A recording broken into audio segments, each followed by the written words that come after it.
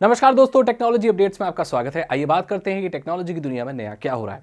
सबसे पहली रिपोर्ट निकल कर आ रही है ऑनलाइन फार्मेसी से। आपको मालूम होगा हमारे यहाँ ऐसी बहुत सारी सर्विस है कि आप ऑनलाइन दवाइयां मंगा सकते हो। इसमें बहुत सारे रिस्क हैं, भारत सरकार को लगता है, और हो सकता है इन सभी के ऊपर भारत सरकार कंप्लीट बैन लगा दे।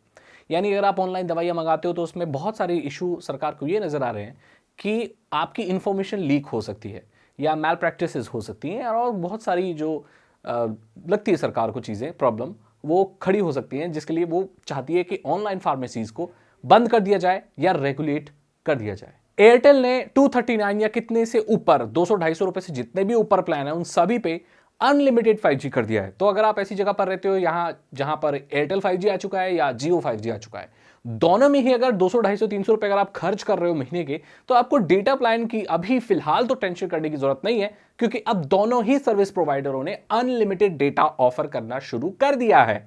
इसका यह मतलब है कि अभी कुछ दिनों के लिए, जब तक हर जगह पर शायद रोल आउट नहीं हो जाता, सो दैट मीन्स इस पूरे साल भी आपको 5G में अनलिमिटेड डेटा मिलने वाला है। ये पता है क्यों मिल रहा है? ताकि आप उसके सही पोटेंशियल को पता लगा सकें। क्योंकि अगर आपको लिमिटेड डेटा मिलेगा तो ज्यादातर लोग खुलकर खर्च ही नहीं करेंगे, और ये पता ही नहीं लगा पाएंगे कभी कि भाई एक्चुअली स्पीड इतनी ज्यादा मिल रही है, कितनी ज्यादा मिल रही है, तो इसलिए अनलिमिटेड दे दिया है। आगे बहुत बड़ी खतरे की घंटी है, क्योंकि हो सकता है कि ये लोग पेड बेसिस पर कर दें, अनलिमिटेड काट दें, तो आप ऐसे हो जाओगे जैसे बिन पानी की मछली और बिन डेटा के जवान लोग। तो थोड़ी आदत ज्यादा बिगड़ने मत देना। लेकिन अभी आप जियो एयरटेल इस्तेमाल करते हो तो अभी 5G है तो मजे लो अनलिमिटेड इंटरनेट के। कुछ भी डाउनलोड करो, डाउनलोड कर करके अपनी हार्ड डिस्क को भर के रख लो इंटरटेनमेंट डेटा से, क्योंकि आगे शायद ये पैसे चार्ज करने लगे। मार्क जकरबर्ग आजकल कुछ करे ना करे, लेकिन लोगों को जॉब से निकालने का काम बहुत बढ़िया से करता है। 10,000 लोगों को मेटा से निकालने की तैयारी कर रहा और निकाल भी दिया। 10,000 लोगों की जॉब जाना एक बहुत बड़ी बात होती है, लेकिन एक ये बात भी है कि उन सबको कहीं ना कहीं और जॉब तो मिल ही जाएगी। नहीं भी मिलती तो बहुत सारे लोग स्टार्टअप शुरू करेंगे, कोई प्रोडक्ट बनाएंगे, और ये एक ब्लेसिंग है, डिस्गाइज ब्लेसिंग आप कह सकते हैं। मैं आपको बता दूं, लोगों की जॉब और भी जाने वाली है। आज के दौर में 20 मॉडर्न जॉब्स ऐसी हैं आईटी सेक्टर में जिन्हें आर्टिफिशियल इंटेलिजेंस अभी इसी वक्त खत्म कर सकता है।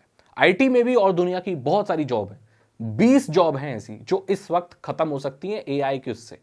आपने गौर किया होगा, मैं न्यूज में बताता हूं कि एआई ने, आर्टिफिशियल इंटेलिजेंस ने, चैट जीपीटी ने, या चैट जीपीटी 4 जो आ गया, इसने इस एग्जाम को क्रैक कर दिया, इस एग्जाम को क्रैक कर दिया। ये आपको सुनने बड़ा अजीब लगता होगा, इसका मतलब समझ रहे हो? जरा ठहरो और सोचो।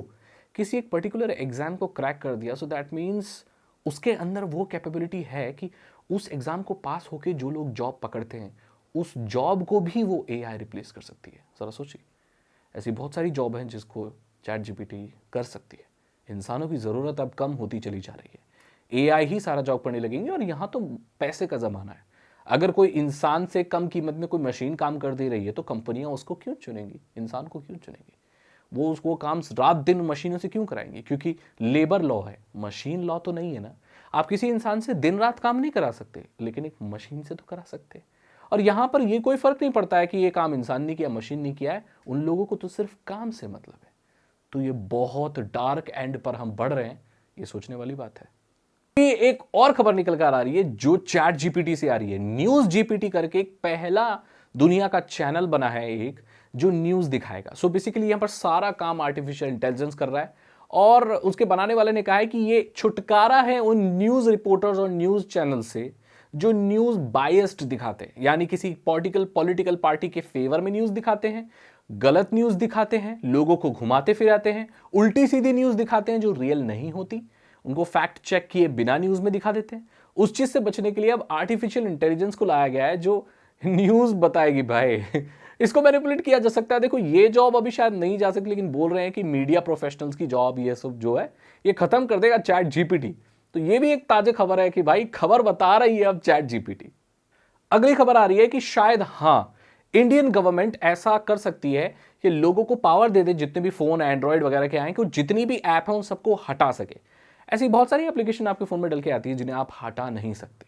जो बाहर ओएस है वो भी इसी पर बेसिस था कि यार आपके पास पूरी पावर होगी, या ऐसे बहुत सारे इंस्टेंसेस बन रहे हैं एंड्रॉइड के जिसमें फुल पावर है आपको कि जो भी एप्लीकेशन पहले से लोड होकर आती है उसे आप हटा सकते हैं। पहले तो कचरा एप्लीकेशन डल के ही नहीं आएंगी, और अगर डल के आती हैं जो एप्लीकेशन, उन्हें भी आप हटा सकते हैं। आप अपने फ़ोन को ऐसा कर सकते हैं कि उसमें एक भी ऐप ना हो, आप कंप्लीट हटा सकें एंड कंप्लीट अपने चॉइसेस की एप्लीकेशन डाल सकें।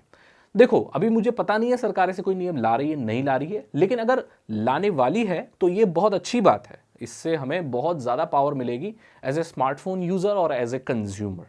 तो ये तो बहुत अच्छा है, लोगों को थोड़ा जानने को भी मिलेगा कि भाई कौन सी ऐप रखनी है कौन सी नहीं रखनी है। जिन एप्लीकेशंस की मोनोपोली चल रही है वो भी टूट जाएगी। अब लोग सही और गलत के हिसाब से एप्लीकेशन डालेंगे, और ये उन लोगों के लिए भी फायदेमंद है जिन लोगों के फ़ोन ज़्यादा एप्लीकेशन को होल्ड करके नहीं रख सकते, जिनके पास स्टोरेज कम है। अब वो 4-5 अपनी एप्लीकेशन रख सकते हैं जो वो चलाते हैं, और उनको कम स्पेक्स का फ़ोन भी बहुत अच्छा चलेगा, बहुत ज़्यादा लास्ट करेगा।